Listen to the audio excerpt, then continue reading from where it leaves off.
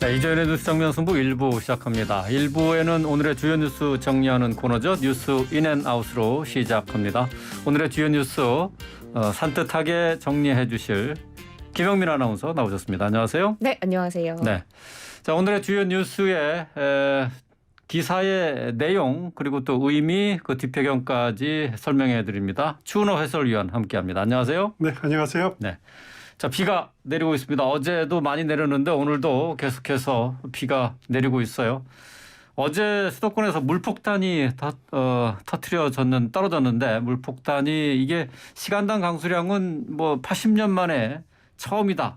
뭐 이런 기록도 나오고 있는데 자, 어제 퇴근길 강남 상황이 참 대단했습니다. 차의 지붕만 보일 정도로 비가 들이찼고 또 인명피해도 발생했습니다. 김영민 아나운서가 좀 정리해 주시죠. 네, 오늘은 마냥 산뜻할 수만은 없을 것 같습니다. 네. 지금 중대본이 오늘 3시 기준으로 폭우로 인한 인명피해가 사망 8명, 실종 7명이라고 밝혔는데요. 비로 인한 이재민, 서울에서만 800명가량 발생한 것으로 파악이 되고 있습니다.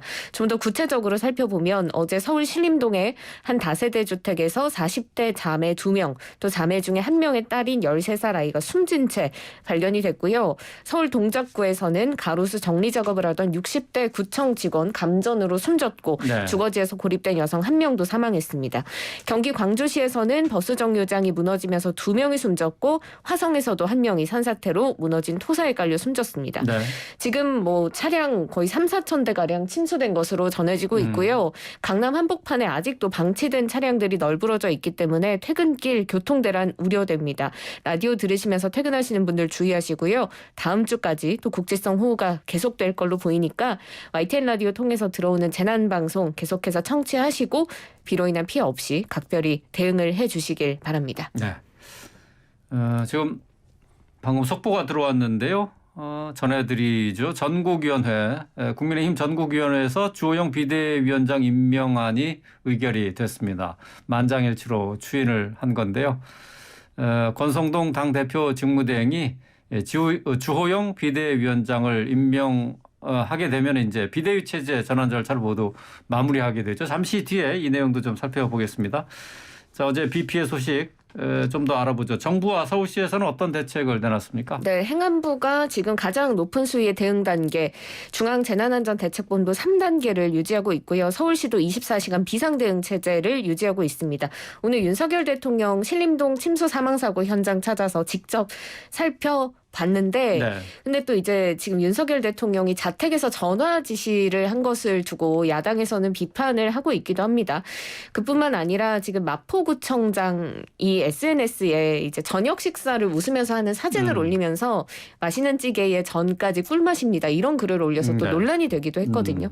지금 정부가 재난 상황에서 컨트롤타워 역할을 잘 해나가고 있다고 보시는지 또 마포구청장의 SNS 게시글에 대해서 어떻게 생각하시는지 첫 번째 뉴스 먼저 해주세요. 예, 일단 재난재해 당하면은 뭐 정부 마찬가지고 지방자치단체도 마찬가지고 실력이 드러납니다. 네. 처음 당하게 되면 아무래도 좀 허둥지둥하고 우왕좌왕하게 마련이지만은 그래도 재난재해가 발생하면 어떻게 대응하라라고 하는 매뉴얼이 있거든요.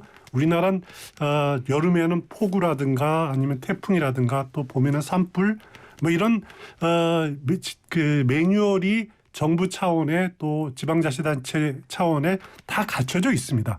그래 그거에만 따라서 행동을 하고 대응을 하면은 적어도 본전은 한다라는 거죠. 네. 그런데 매뉴얼이 아무리 잘 돼 있어도 담지 못하는 것이 있습니다. 그거는 재난을 임하는 공직자들, 공무원들, 사람의 마음, 사람의 자세 이게 굉장히 중요한 거거든요. 네. 그런 점에서 지금 논란이 되고 있는 이제 박항수 마포구청장 SNS 그 먹방 사진 게재 이거는 아무리 생각해도 잘못한 거죠.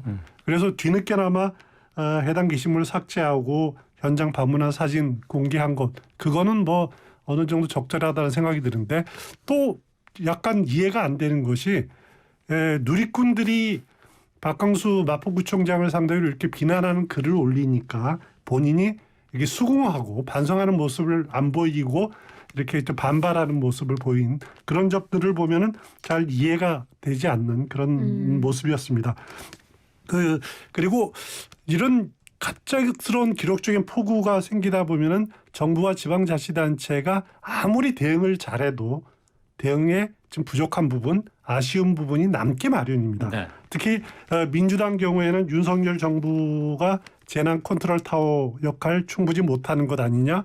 그리고 윤석열 대통령이 어젯밤에서 오늘 새벽 서초동 자택에서 전화로 이제 보고받고 지시한 것 두고 어떻게 폭우로 고립된 지역에서 그렇게 지시 내릴 수가 있느냐. 그것은 결국 대통령 집무실 이전 문제 때문 아니냐. 이렇게 물고 늘어지고 있고 네. 반면에 대통령실에서는 재난재해를 가지고 정쟁 대상으로 삼을 수가 있느냐 하면서 민주당에 굉장히 섭섭한 또 이런 그 느낌을 반응을 보이고 있습니다. 어떻게 보면은 민주당은 또 민주당대로 지적은 할 수 있는 부분들이지만 네. 지금은 재난재해를 극복하는데 국민의 힘을 정치권도 같이 힘을 모으는데 좀 동참했으면 하는 그런 아쉬움도 남습니다. 네. 다음 뉴스 이어가도록 하죠. 조금 전에 속보로 전해드렸습니다마는 국민의힘이 비대위 체제로 전환을 했습니다. 자, 오늘 오후에 국민의힘이 의원총회를 열어서 주호영 의원을 비대위원장으로 임명하는 안을 추인을 했는데요. 조금 전에 국민의힘은 전국위를 열어서 이 자리에서 주호영 비대위원장 임명안을 의결했죠. 네, 그렇습니다. 어제 이제 추 해설위원께서 방송에서도 짧게 언급을 해주셨지만 지금 5선 중진의 주호영 의원이 비대위원장으로 임명이 됐습니다. 방금 속보 전국위에서 가결이 됐고요. 그리고 오늘 의원총회에서 73명 의원이 화상의총에 참여를 한 가운데 만장일치로 네. 통과가 된 것으로도 알려졌죠. 앞서 권성동 국민의힘 원내대표가 주호영 의원에게 비대위원장을 맡아줄 것을 요청을 했고 주 의원은 당이 어려운 상황임을 인지하고 이를 수락한 것으로 알려졌습니다. 새로운 비대위원장 주호영 의원입니다. 어떻게 생각하십니까? 먼저 일단 뉴스. 주호영 그 의원하면 비대위원장 하면은 이제 판사 출신이고 5선 정치인 아닙니까? 네. 대구에서만 17대 총선 때 당선된 이후로 그동안 한 번도 의정 활동에 공백이 없었습니다. 네. 그리고 이제 당직도 정책위 의장, 원내대표 어떻게 보면은 굉장히 중요한 보직들은 다 맡았죠. 네. 네. 그렇지만은 대표운은 없던 게 대표 도전을 2번을 했는데 2번 다 실패했습니다. 하지만 정식 대표는 아니지만은 대표 권한 대행은 한 차례 한 적이 있고요. 네. 또 이번에 비대위원장을 맡았는데 대표 역할을 하는 거였죠. 작년 김종인 비대위원장이 물러나고 그러니까 서울시장, 부산시장 재보궐선거 마무리하고 바로 물러났는데 전당대회가 열리기까지 그래서 이준석 대표가 선출되기까지 한 2달의 공백이 있었습니다. 네. 그때 주호영 원내대표 자격으로 대표 권한대행을 맡은 적이 있었습니다. 관우는 좀 있는 것은 같은데 한계도 있다. 이렇게 보시면 될 것 같고요. 그리고 주호영 위원장 하면은 떠오르는 이미지가 친이계, 네. 친이명박계다라는 이미지가 항상 붙습니다. 그거는 이명박 정부 시절에 특임장관, 정무특보 지냈기 때문에 그런데요. 지금 윤핵관이라고 불리고 있는 권성동, 장제원 의원 모두 과거에 친이계였지 않습니까? 네. 그런 만큼 친윤핵관 그룹과도 가까이 소통하는 관계다. 네. 이렇게 보시면 될 것 같습니다. 윤석열 대통령과는 1960년생 동갑이지만 개인적으로 무슨 인연이 있는가 그건 잘 눈에 띄지는 않고요. 하지만 경선 과정에서는 캠프 선대위원장 그리고 후보 선대위 조직본부장 이렇게 맡아서 선거를 돕기도 했습니다. 그런 걸 보면은 윤핵관과도 좀 가깝기 때문에 또 대통령실과 긴밀히 소통하는 그런 데는 또 적임이 아닌가라는 생각이 들고요. 또 주호영 위원장 하면은 떠오르는 이미지가 온건, 합리 뭐 이런 이미지들입니다. 네. 그런 점에서 국민의힘 갈등 상황을 좀 조정하는 데는 적임이다. 반면에 위기 상황에서는 이런 온건 성향이 자칫 잘못하면은 우유부단, 약한 이렇게 비춰질 수도 있다라는 거죠. 근데 가장 첫 번째 과제는 뭐냐면은 이준석 전 대표입니다. 이제 이준석 대표가 1년 2개월 만에 이제 해임된 것으로 이제 그렇죠. 네. 그렇게 결론이 났는데 네. 이준석 전 대표를 설득하는 겁니다. 그러니까 지금 이준석 대표는 효력정지 가처분 신청을 하겠다는 의지를 굽히지 않고 있거든요. 네. 뭐 신당 창단을 안 하겠다라고 하지만은 그것을 막아야 되는 것이 주호영 위원장의 임무죠. 그래서 저 개인적인 생각은 주호영 위원장이 적극적으로 이준석 전 대표 만나서 다독이고 설득하면은 이준석 전 대표 당을 상대로 법정 투쟁한다는 거 지금은 하겠다라는 의지를 강하게 피력하고 있지만은 네. 그래도 수그러들 가능성이 있다. 그것을 설득해야 되는 것이 첫 번째 과제인데 어떻게 될지는 두고 한번 볼 문제가 아닌가 싶습니다. 예. 지금 주호영 비대위원장은 뭐 이준석 전 대표를 설득하는 문제도 있지만 이제 비대위원들도 꾸려야 하지 않습니까? 지금 뭐 비대위원을 꾸릴 때 윤핵관들은 이제 책임을 지고 좀 이선으로 물러나라라는 요구도 있는데요. 어떻게 구성될까요? 일단 비대위원은 국민의힘 당원상 15명 이내로 돼 있습니다. 네. 그런데 현실적으로 15명은 너무 많고요. 한 8명 정도 하면은 위원장까지 합치면은 9명 이렇게 네. 홀수로 될 것 같은데 비대위원들은 최고위원 역할입니다. 그러니까 비대위원은 상임 전국의 의결을 거쳐서 비대위원장이 임명을 하게 되는데 주로 비대위원을 누구로 할지는 아마 이제 주호영 위원장이 권성동 원내대표와 주로 협의를 하게 될 겁니다. 그 과정에서 의원들 또 중진들 의견들을 다양하게 듣겠죠. 비대위원들을 구성할 때는 나름대로 원칙을 좀 정하기 마련입니다. 중진 의원 또 초선 의원이나 초재선 이렇게 선수 배려를 하기 마련이고 또 청년, 여성 이런 또 안배, 지역별 안배도 할 수밖에 없을 겁니다. 네. 가급적 개파색을 없게 하려고 노력을 할 텐데 또 일각에서 윤핵관들 이선으로 물러나라라고 하는 요구 그것도 귀담아 듣지 않을 수 없는 그런 측면들도 있고 그렇기 때문에 그런 점 다 감안해서 당지 인선을 할 것으로 생각이 됩니다. 네. 비대위원을 누구로 앉히느냐 하는 것도 관심이지만은 이 비대위가 얼마나 이제 유지될 것이냐 하는 것도 문제예요. 이제 이거 바로 이제 비대위 유지 기간이 바로 전당대회 개최 여부와도 맞물려 있는 그런 이슈 아닙니까? 그렇습니다. 지금 당 안팎에서는 비대위 임기를 좀 짧게 1, 2개월 정도로 두고 최대한 빠르게 9월에서 10월경에 차기 지도부를 선출하자라는 의견 그리고 비대위를 한 5, 6개월 정도 임기를 보장을 해주고 내년도 예산안 처리 후에 내년 초에 전당대회를 치르자는 의견 이렇게 엇갈리고 있습니다. 주호영 의원은 조기 전대 9, 10월에 하는 건 좀 부정적인 입장을 밝힌 바가 있고요. 차기 당권 주자로 거론되는 김기현 의원은 빨리 하자라는 입장이고 안철수 의원은 내년 초에 하자라는 입장인데요. 네. 지금 활동 기간에 따라서 이게 관리형 비대위가 될지 아니면 좀 혁신형 비대위가 될지 성격도 달라질 텐데 어떻게 될까요? 뉴스인 해주세요. 제가 어제 그 주호영 비대위는 관리형과 혁신형이 결합된 형태가 될 거다라고 말씀을 드린 적이 있는데 지금 당내에서 관리형으로 할지 혁신형으로 할지 또 활동기간 언제 하지 백가쟁명식으로 또 의원들 이해관계에 따라서 이렇게 의견이 많이 나오고 있습니다. 네. 그렇지만은 그 결정하는 것은 주로 비대위원회의 몫입니다. 주호영 위원장이 이제 물론 당내 의견 수렴하겠지만은 주호영 위원장이 어떤 의중을 갖고 있느냐가 네. 가장 중요한 거거든요. 주호영 위원장 하면은 앞서 말씀드렸듯이 떠오른 이미지가 온건, 이미지 강하니까 네. 온건 하면은 혁신하고 좀 거리가 멀지 않습니까? 온건한 혁신도 가능하지 않을까요? 안 될까요? 그래서 온건하다 보니까 관리형 아니겠느냐라는 그런 생각들이 얼핏 들 수밖에 없는데 네. 근데 관리형 하면은 또 관리 기간은 짧을수록 좋은 거죠.